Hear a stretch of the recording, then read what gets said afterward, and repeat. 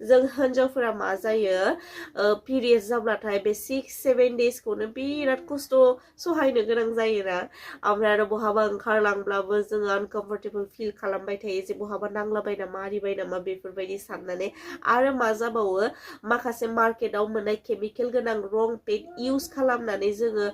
रासेस जागोन बेनिफ्राय माननाय जागोन आरो फास्राय खालामनानैबो बिराद खस्थ' सहायनो गोनां जायो बे 7-6 डेजआनो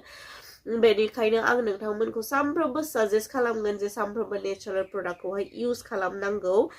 आं दिनैहाय नोंथांमोननिसिम मोनसे ओरैबायदि मोजां नेचारेल प्रडाक्ट लानानै जाहैबाय इभारटिनि पिरियड्स केयार बेखौ निम आरो सेफ्लावारजोंहाय बानायनाय जायो बेयो बिराद थाबनो एबजर्ब खालामनो हायो आरो बियो कटननि टप ड्राइ लेयार आरो बेफोरो बिराद हेभि फ्ल' जायो बिसोरनि थाखाय बिराद मोजां बियो बिराद रोजा बियो बिराद बुरजाहाय एबजर्ब खालामनो हायो आरो बियो 12 आवर्स इउज खालामजायो लानो गोसोब्ला डिसक्रिपसनाव आं बेनि लिंकखौ होनानै होगोन थांनानै अर्डार खालामना लाहैबानो जाबाय